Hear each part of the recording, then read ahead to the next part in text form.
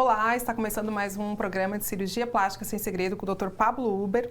E hoje nós vamos falar de cirurgia plástica após cirurgia bariátrica, que é um dos tratamentos para obesidade mórbida. Tudo bem, doutor? Tudo bem, Sabrina. Mais uma vez é um prazer aí estar falando de cirurgia plástica contigo. Hoje é um tema bem relevante, né? Isso. Então, com o aumento da incidência de obesidade na população mundial, há alguns anos começou a ter-se uma epidemia de obesidade mórbida, né? Obesidade mórbida são consideradas pessoas com índice de massa corporal acima de 35 kg por metro quadrado, com alguma comorbidade, como diabetes, hipertensão, apneia do sono, né? Ou pessoas com índice de massa corporal, o IMC, acima de 40 kg por metro quadrado. E como você falou, isso estimulou o desenvolvimento de técnicas de tratamentos, né, para essas pessoas.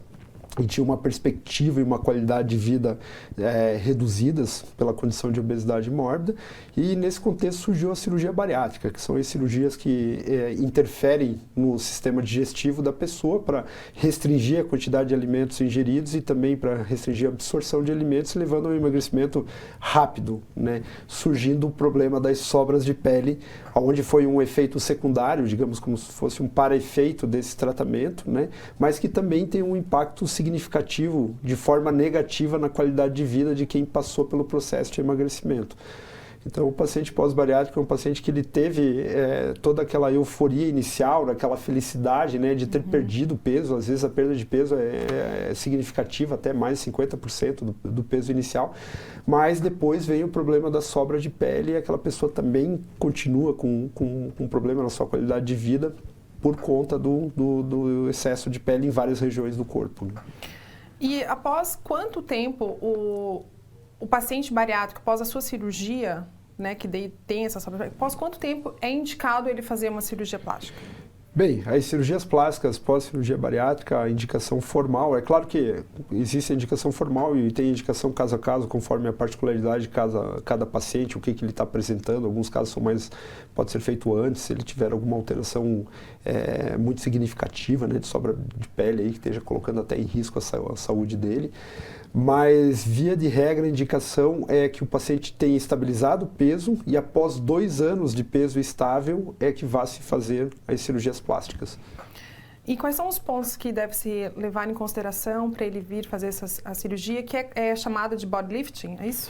Não, existem, na verdade, body lift é uma das cirurgias plásticas pós-bariátrica. Pode colocar a imagem, por favor, Kleber? Corporal excessiva, tá? Aí tem pacientes que chegam a perder 60, 70 quilos após uma cirurgia bariátrica. Então tem um efeito, eu acho muito curioso até essa expressão que os próprios pacientes usam, né? É como se fosse uma montanha de neve que derreteu, entendeu? Sobra toda a pele, cai tudo mesmo. A gente vê então aqui nessa imagem, nesse esquema, né? Aí é uma imagem mostrando principalmente um body lift, que é aquela cirurgia combinada de flancoplastia e abdominoplastia, uma cirurgia circunferencial, né? Que é um dos principais pontos tratados, mas as principais locais onde tem sobra de pele que são tratados pós-cirurgia bariátrica, tá? Abdômen, no dorso inferior, que é a região dos flancos posteriores, e também nos glúteos, né? Nessa cirurgia posterior ali, que é a flancoplastia circunferencial, se tratado também os glúteos e a região dos flancos em si, braços, coxas e mamas. Secundariamente, outro rol de cirurgias que vem na sequência são as faciais.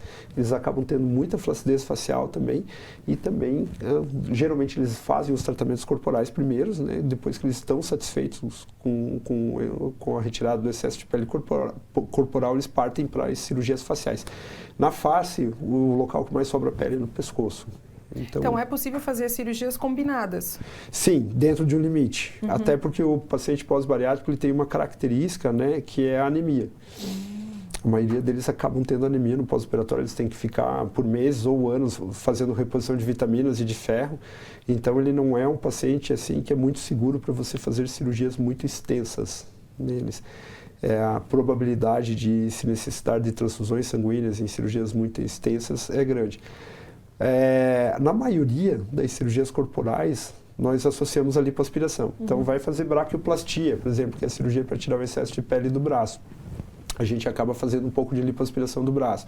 Vai fazer coxoplastia, acaba fazendo um pouco de lipoaspiração das coxas. Abdômen, a mesma coisa. Dorso, a mesma coisa. Então, a lipo é uma cirurgia quase que faz parte de todos os procedimentos pós-bariátricos, né?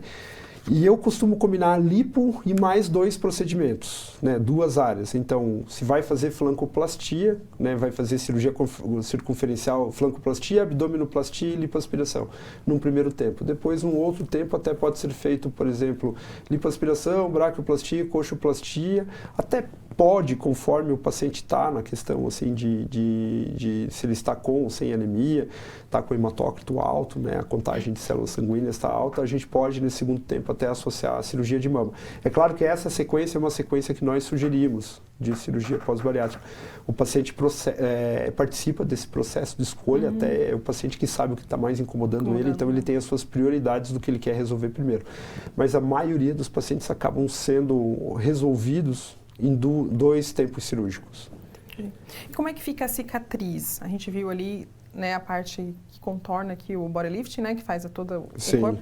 E os demais, braço, perna, são aparentes? Não, ela depende, a questão de aparência de cicatriz, é claro que depende muito das características individuais de cada pessoa. Algumas pessoas têm predisposição a cicatrizes melhores, outros a cicatrizes piores, né? Nas coxas, o comum é a cicatriz ficar na raiz da coxa, certo? Indo até o glúteo. Em alguns casos de flacidez extensa na coxa, fica uma cicatriz em T, na face medial da coxa e na raiz da coxa. Nos braços, a cicatriz fica entre a face medial e posterior do braço, vindo até a axila. Em alguns pacientes tem muita flacidez na lateral do tórax, essa cicatriz vem até a lateral do tórax também. Normalmente ela se une com uma cicatriz de mamoplastia em mulheres, né? A cicatriz de abdominoplastia é padrão, tá? Nos casos, eu indico nos casos ou de flacidez abdominal muito intensa, ou nos casos que tem uma cicatriz de cirurgia bariátrica aberta, que não foi feito por vídeo, já tem uma cicatriz mediana abdominal, nós fazemos abdominoplastia em âncora, onde se tira a pele no sentido horizontal e no sentido vertical também. E nos pacientes aí que vão fazer o body lift, que vão fazer a cirurgia circunferencial, fica uma cicatriz entre a transição, entre as regiões lombares, entre o dorso e os glúteos. Por essa incisão, digamos, posterior, a gente tira o excesso de pele dos flancos e aproveita para levantar os glúteos também. É uma cirurgia que simula com a pele como se fosse o ato de levantar as calças, entendeu? Entendi. De subir as calças, entendeu?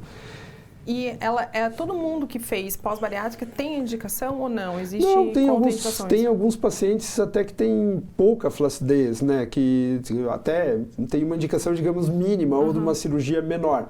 Mas a maioria dos pacientes acabam tendo, pela perda de peso considerável, acabam tendo um excesso de pele significativo no pós-operatório. A perda de peso é muito grande, muito né? intensa, exatamente. E qual que é a principal orientação para quem deseja realizar uma cirurgia plástica após a bariátrica, doutor? Primeiro é ter o peso estabilizado. Eu oriento muitos pacientes a que entrem em programa de atividade física também. Fazer atividade física no pós-emagrecimento é muito interessante porque o aumento da massa muscular ele proporciona que a gente consiga trabalhar com a superfície, com a pele, com a gordura de maneira muito melhor. Ou seja, você tem uma base boa, quando você tem uma base boa para trabalhar, o que você vai fazer em cima, né, que é na pele e na gordura, acaba ficando melhor também. E a orientação principal é estabilidade do peso, hábitos saudáveis, né, prática de atividade física e que o paciente eleja as prioridades que ele quer tratar primeiro. É indicada para homem, para mulher? Tem mínimo de idade? Não. É uma indicação bem precisa, né? As sobras de pele, então, não importa se o paciente tiver lá 80, 90 anos, mas aquela sobra de pele está incomodando e ele tem condições clínicas de fazer a cirurgia, por que não fazer? E é interessante como a cirurgia pós-bariátrica já melhora a autoestima do obeso. E aí com a cirurgia plástica... Sim, a bariátrica já melhora, né, a autoestima, e com a cirurgia plástica melhora mais ainda. Os relatos dos pacientes pós-bariátricos que nós atendemos são bem interessantes, né? Eles relatam muito como era a vida na época de obesidade, como ficou a vida no período pós-emagrecimento e após a plástica, né? Então isso é quase que libertador para eles conseguirem fazer todas as atividades normais do dia a dia sem restrições, né? Interessante. Inclusive a utilização de roupas, né, sem restrições também. E o pós-bariátrico que faz toda essa cirurgia também pode colocar prótese, como a gente já conversou no outro programa, fazer levantamento. As cirurgias mamárias aí sim, elas podem ser, né? Cirurgias mamárias nos homens é muito comum se precisar operar ginecomastia. Elas acabam tendo uma ginecomastia por flacidez de pele, então se faz uma cirurgia, dependendo do grau de flacidez, vai ser o tipo de cicatriz.